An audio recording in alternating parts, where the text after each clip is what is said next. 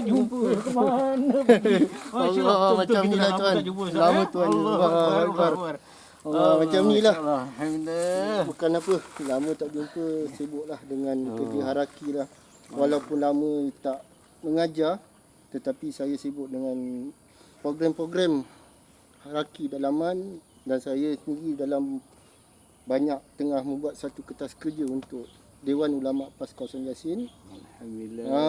Saya diamanahkan untuk buat kertas kerja kan. Bertahalusiasi dengan ataupun bertaun dengan UMNO. Jadi satu medan dakwah yang paling besar bagi PAS untuk menyedarkan orang Melayu khususnya kita bersatu atas nama Islam. Itu sebab saya telah diamanahkan oleh Dewan Ulama PAS Kawasan Yasin untuk mendirikan satu kertas kerja di mana dalam tajuk tu dakwah dalam kepimpinan dalam konteks muafakat nasional. Jadi saya merujuk kitab-kitab seperti Asbabun Nuzul karangan Imam Jalaluddin As-Sayuti dan Asas rujukan utama rujukan kita Al-Quran dan kita merujuk kita punya Profesor Hamkah daripada Indonesia. Saya berminat dengan karangan-karangan buku-buku beliau. Ini antara ulama-ulama besar kita di Nusantara ni kan. Jadi seperti maklumlah kita dalam Islam ni sumber rujukan kita adalah Al-Quran, As-Sunnah, Al-Ijma', Al-Qiyas. Alhamdulillah, itulah saya bukan tidak berceramah tetapi saya lebih fokus untuk membuat kertas kerja, menolong alim ulama melalui jari-jari. Patutlah lama tak jumpa. Rupanya tugas tu bukan main. Tugas tu banyak berat. menunggu. Sentiasa ada. Sebab apa?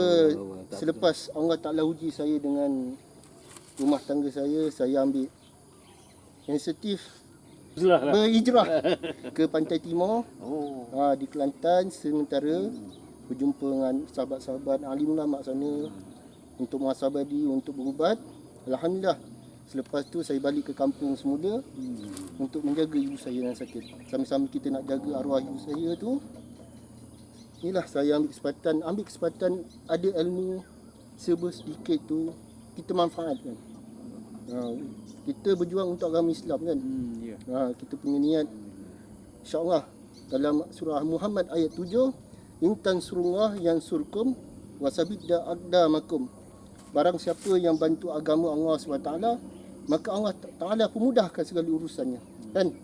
Dan saya juga terlibat yang sebaju saya pakai ini Jabatan Amal Malaysia, Dewan Pemuda PAS Malaysia.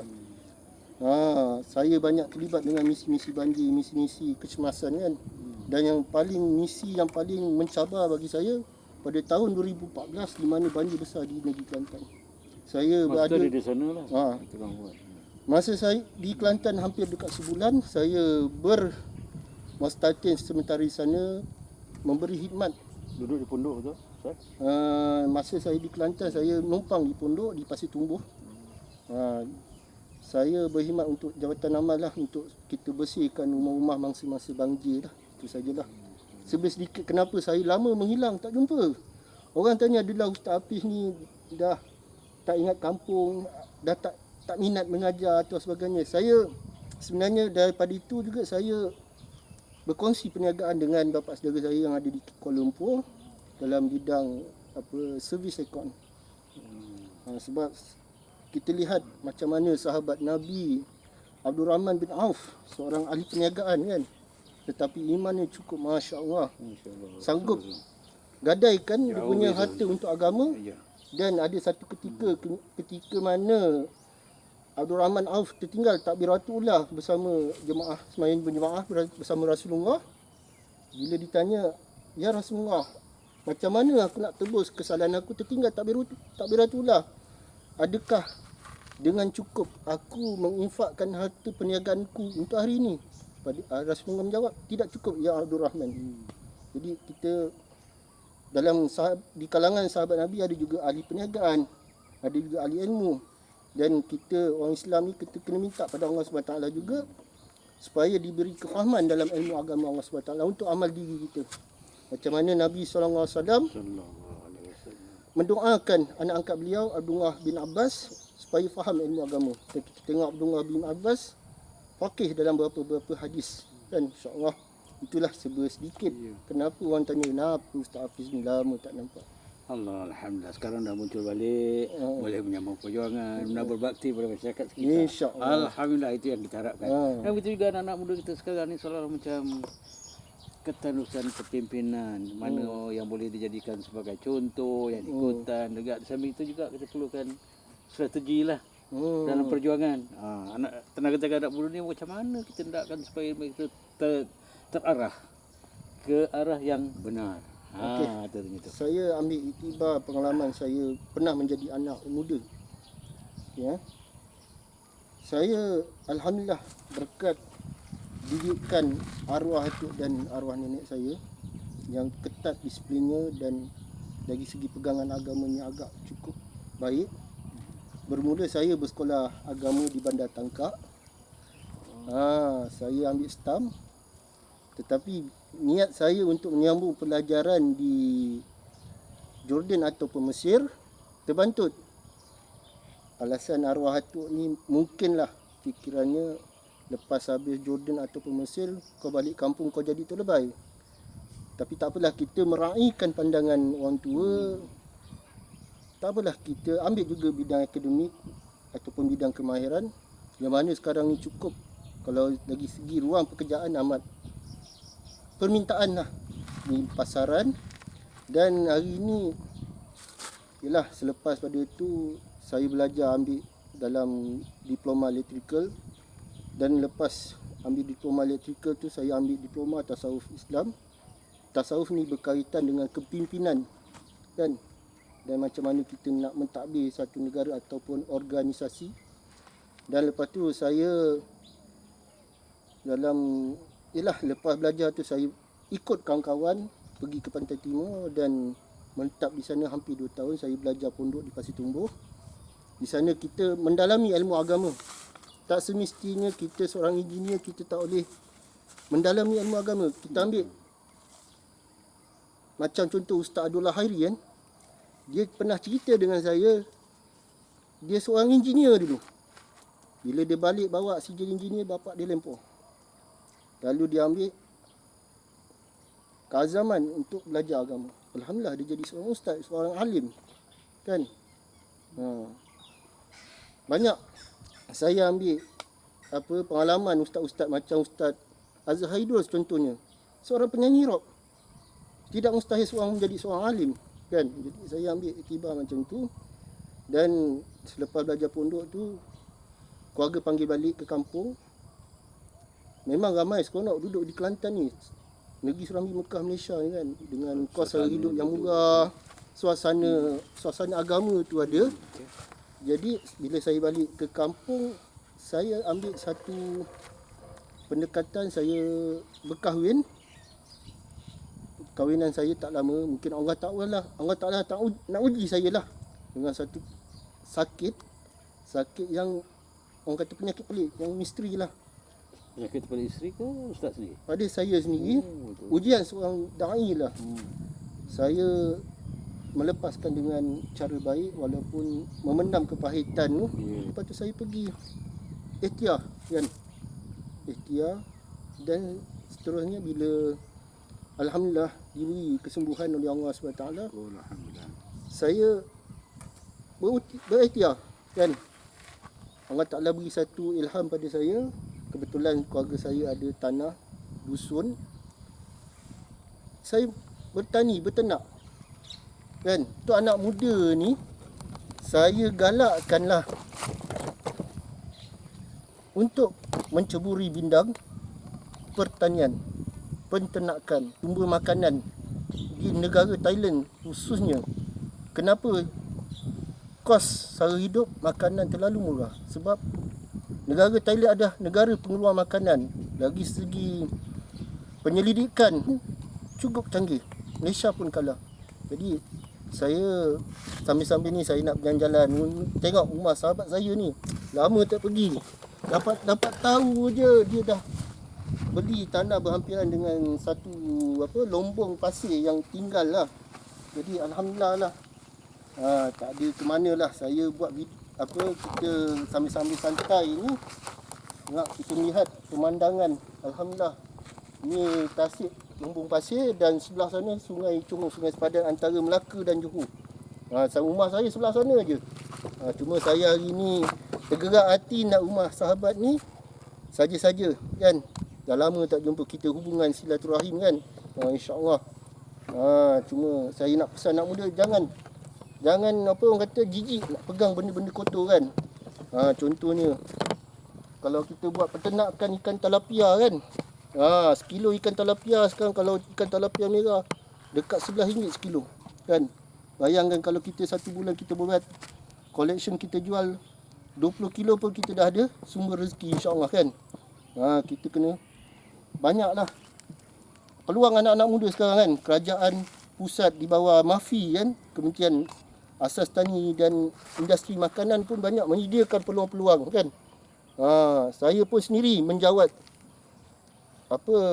jawatan sebagai ahli jemaah pengarah peladang muda kawasan Jasin dan pernah menjadi AJK peladang muda nafas, pertubuhan peladang di tingkat kebangsaan. Di situ saya banyak belajar peluang-peluang untuk anak-anak muda kan. Daripada kita melepak, membuang masa yang sia-sia, jadi kita kena jangan buang masa yang ada selagi Allah Ta'ala beri kita kudurat kan. Memang saya akui peluang pekerjaan di zaman sekarang ni terhad kan. Kita berebut-rebut dengan bangsa asing kan. Jadi saya galakkan anak-anak muda menceburi bidang peternakan, bidang pertanian kan. InsyaAllah itulah antara sumber rezeki yang paling halal. Dengan syarat kita tak ada menipu. Saya menyarankan pada anak-anak muda sekarang kan, kita lihat bila negara dunia diancam dengan satu penyakit COVID-19, banyak anak-anak muda hilang pekerjaan kan. Jadi inilah salah satu cara untuk kita memperbaiki ekonomi. Kalau kita lihat daripada keadaan sekarang ni lah, banyak isu menimpa pada anak-anak muda ya. Sebab daripada muda itulah jadi akan pelapis kepada perjuangan pada ummah. Jadi apakah antara isu utama mengenai anak muda sekarang Ustaz, dan apa yang patut kita beri tumpuan sebagai langkah untuk memastikan bahawa generasi akan datang semakin baik? Anak muda ini kena banyak berdikari daripada manjakan diri. Sebab apa saya lihatlah, kebanyakan anak muda yang lahir era 90-an ke atas terlalu mewah. Macam saya dilahirkan era 80-an, saya banyak berdikari. Zaman saya tak ada gadget-gadget. Tapi zaman sekarang penuh dengan gadget. Celik mata je dah ada gadget dekat tangan kan. Tengok Upin Ipin, tengok Bobo Boy. Tapi zaman saya lahir, celik mata nampak lastik, nampak cangkul, nampak kambing, nampak lembu jadikan kat sungai kan. Jadi berbeza dengan keliharan anak-anak muda yang akan datang kan. Jadi saya pesan anak-anak muda yang lahir di era milenium ni supaya kita kena ingat, inilah peluang kita menceburi bidang-bidang yang tidak ada pada orang Melayu kan. Kita menjalankan satu fardu kifayah kan. Contohnya kita menceburi perniagaan ataupun peternakan kan, pembuatan. Sekarang isu BMF yang tular di negara Malaysia ni, produk halalan tayyibah kan. Di mana sekarang ada kesedaran di kalangan orang Islam Melayu kita membeli produk-produk buatan Islam dan Bumi Putera. Jadi kita nak dapatkan sumber bahannya, kita terpaksa mencari daripada orang bukan Islam. Jadi masa inilah kita ambil peluang anak-anak orang Islam, anak orang Melayu khususnya, kita menjadi pengeluar bahan mentah untuk pengilang orang Islam. Contohnya, saya lihat hari ini sibuk dengan cili petegasi kan. Kalau saya pergi Kelantan baru-baru ni, saya lihat orang-orang Kelantan banyak menanam cili. Hadanya separuh telah diambil, dia ekspor ke kilang Maggi dan separuh lagi dibuat untuk sos kopok leko. Sebenarnya sumber rezeki ni banyak kan untuk anak muda saya, khususnya lelaki baik perempuan lah. Dan hari ni saya berasa bangga apabila apabila hari raya Korban, pihak masjid kampung saya sendiri telah membeli 1 ekor lembu, di mana tuan kandang lembu bukan lelaki tetapi wanita kan. Wanita berkecimpung dalam penternakan. Jadi anak-anak muda, ayo bangun, geran-geran kerajaan di bawah MAFI kan banyak. Contohnya baru-baru ni saya ditaklimatkan dalam ahli jemaah pengarah peladang, kerajaan menyediakan untuk satu individu yang mempunyai geran tanah bernilai 20,000. Benda ni bukan sikit tuan, 20,000. Alhamdulillah lah. Jadi benda ni kita kena ambil kesempatan kan sebagai anak Malaysia. Jadi manfaatkanlah masa yang ada, tak perlulah buang masa, dan yang penting sebagai kita orang Islam yang beriman, jaga amalan kita sebagai orang Islam. Hubungan kita dengan Allah SWT. Hubungan kita dengan Allah SWT, hablum minallah, dan dalam masa yang sama kita kena jaga hablum minan nas. Hablum minallah dan hablum minan nas. Barulah kita dikategorikan sebagai orang yang beriman. Alhamdulillah. Jadi nampaknya yang utama sekarang ni ialah kita adakan projek-projek bagi anak muda untuk memastikan biaya diri itu boleh untuk kelangsungan kehidupan masing-masing. Dan di samping itu juga yang paling penting menjulangkan fardu kifayah itu.